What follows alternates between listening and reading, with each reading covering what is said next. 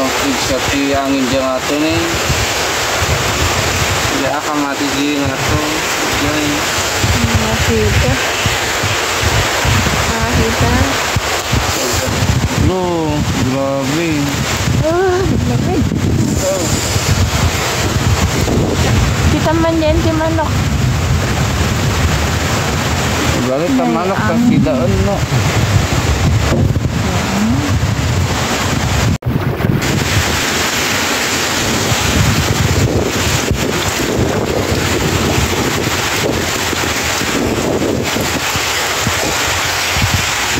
6:20 na ng umaga pero malakas pa rin yung hangin.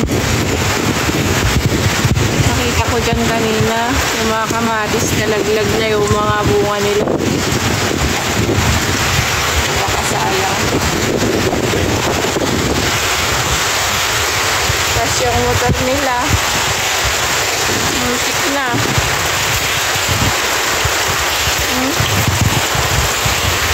Malakas pa rin ng hangin. Hangin yung malakas dito sa amin. Sakto lang yung ulan.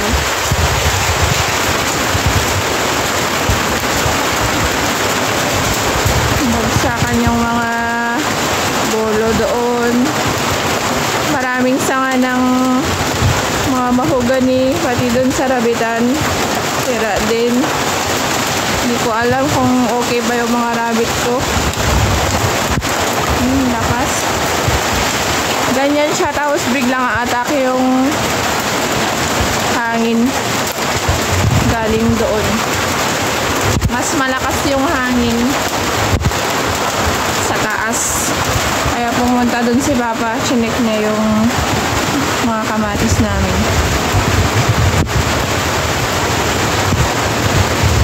Meron pa naman ko bakapit mga bunga ng mga kamatis. Pero madaming nalaglag. Lakas. So far safe naman kami. Yun lang. Yung pananim talaga. Tsaka yung mga puno dito. Hindi pa maiayos kasi sobrang lakas. Hindi ko din mabisita yung mga alaga natin. May delikado. Ayan, November 10. Alas 5 na ng hapon. Malakas pa rin ang hangin. Tapos tuloy-tuloy yung ulan at ambon. Hindi tayo makapunta dun sa sinasabi ko na garden sa taas. Kasi malakas ang hangin doon. Ayun, hindi pala tayo maka-upload kasi walang signal. Wala pa rin kuryente. And kawawa yung mga saging. Yun yung napahirapan din ng hangin. Ang na siya. Nakapakamot na siya sa ulo.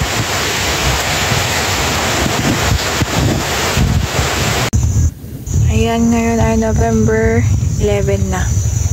After 2 days na tayo naka-update. Nakulimlim pa rin yung panahon dito sa amin. Tapos, minsan-minsan umaambon. Ayan yung mga kamatis. Mapit naman yung mga bunga nila. Sana hindi sila mamatay after ilang araw. Pero merong mga saan na yun? May mga bunga na nalaglag din. Mas madami dito sa baba, sabi ni Papa. Mas madaming nalaglag dito kaysa dun sa taas. Oh my gulay. Parang nagpa-flashback sa akin yung mga digits ng utang. Ni, natukol oh. Utol. Utang yung puhunan. Papay, Coco. Sasangit ka? Ay, tay. Umiiyak siya. Bye-bye. Bye, Toy. Bye. Bye, Toy. Shh. Painong tam ni Coco? Mula na.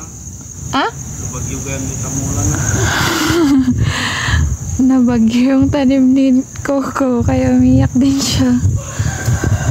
Bye-bye. Ay, sasangit ka na bagyo dito mula tayo? Ha? Iiyak siya. May tay, may. Ay, abo ni Coco. Di ba dito ada tikimpot nga bunga na pay lang. Ni? Ang lakas kasi dito ba? Dito sa baba at saka din sa taas. Malakas yung hangin. Ayan yun. Yung mga puno. Buti nga hindi natumba yung mga yan. Pati yung mga saging, oh. Bye-bye! Bye-bye! Ako! Iyak siya. Ay, puntahan natin yun sa taas.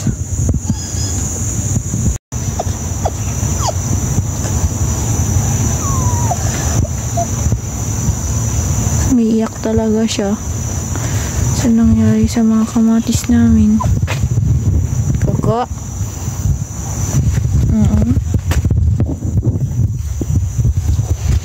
Pag nandito ka sa taas, kitang-kita na madaming naputol at lumapa yung mga kamatis. Punta tayo dun sa taas. Buti hindi na natumba yung mga saging na may bunga. Pero ito natumba na. Natumba. Gayo ba, no? May mga bulaklak pa naman siya. Ayun.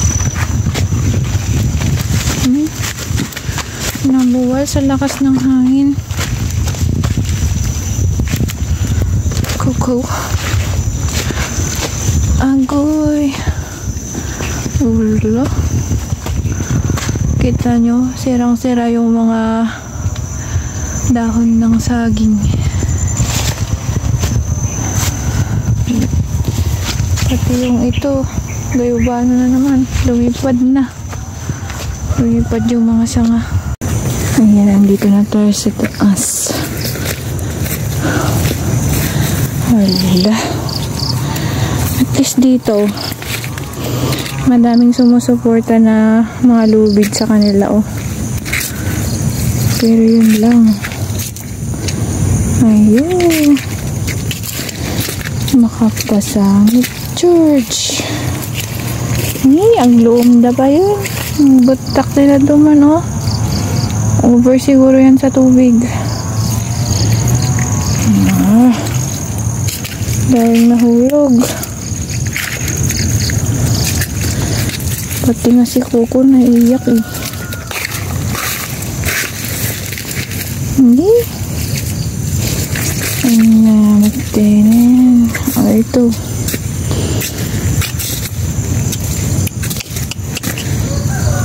Natukol.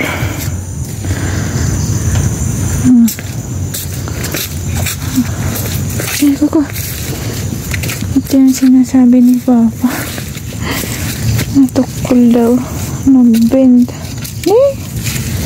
Dami pang bunga sa baba. Pang next harvest sana yun. Yan, then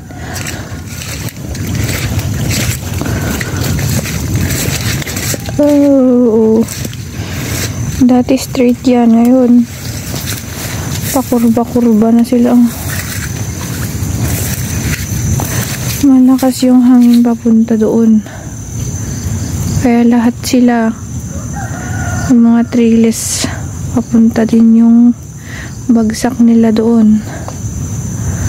Buti may mga support dito sa gilid, kaya nagbend lang sila.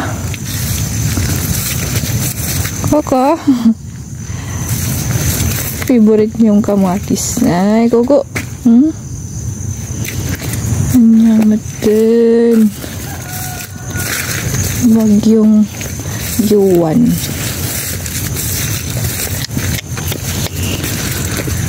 Ano ba yan?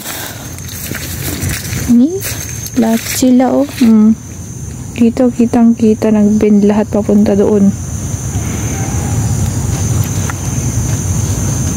Pero at least kumapit ang mga bunga pa rin. Yeah, dapat na loong idyahin oh. Ang laguragidan. Anya matanan. Utang puhunan.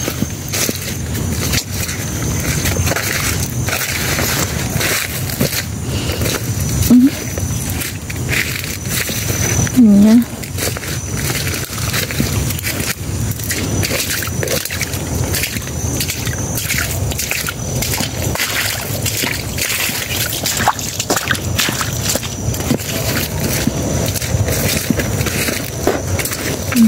Yan na yung update sa ating kamatis. Puntahan natin yung ampalaya. Ayan, dito naman tayo sa ampalaya. Nag-yellow na yung mga dahon nila oh. Yo.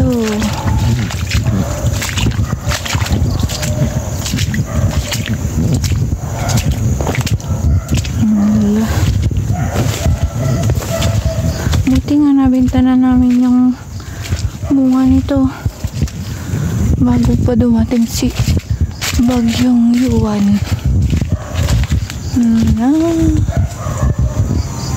Grabe din. Okay. Bumaba yung mga ilagay na lubid. Mga trellis. Alay. Agay. Agay.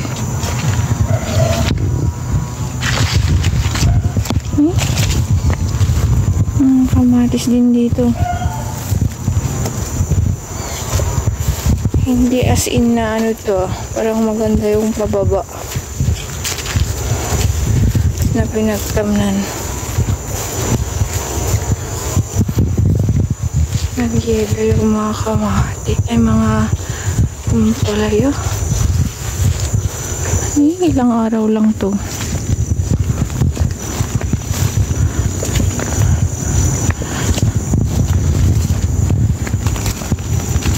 Parang mas okay itong mga pababa.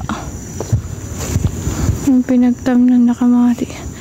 Pababa yung pinagtamnan ng kamatis. Hindi sila masyadong nabagyo. Yan natin dito banda.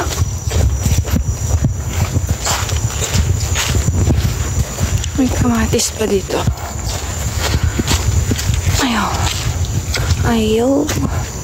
Ito wala pang nalagay na mga lubid. Lumapa sila talaga. Pero okay lang yan. Mas magandang lumapa kaysa sa maputol. Kasi magre-recover pa yan. Coco. Ayaw. Yap.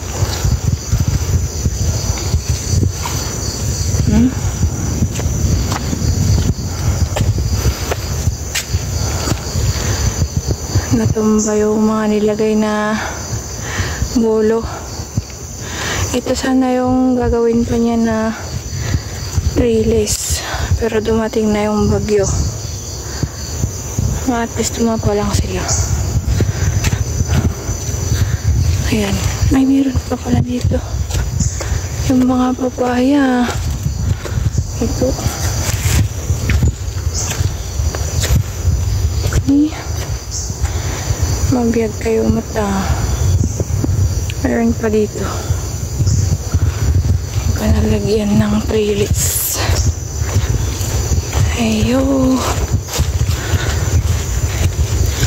Ayong bumagyo, sana gumanda naman yung presyo ng kamatis. Para naman worth it yung survival nila sa bagyong Yuan. Coco, Inten! Lloyd, May! So yan guys, yun ang update sa aming garden. Ari ko. Ayo. Sana makasurvive itong mga iniwan ni bagyong Yuan. And guys, salamat sa panonood. Hanggang sa muling vlog. Bye!